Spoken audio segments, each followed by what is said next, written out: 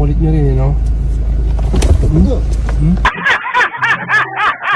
Akala mo ba ngayon lang uso ang pagnanakaw? Mali ka. Mahigit 4,000 taon na ang nakalipas. May kaso na nito, at may korte na noon. Sa sinaunang Mesopotamia, may mga clay tablet na may cuneiform writing na naglalaman ng mga kasong legal. Isa rito ang Code of Ornamo noong mga 2100 BCE, isa sa pinakaunang batas sa mundo. May nakasaad na parusa para sa pagnanakaw. Ibig sabihin, problema na ito ng lipunan noon pa man. Pagdating ng 1100 BCE, sa sinaunang Ehipto, may mas detalyadong record.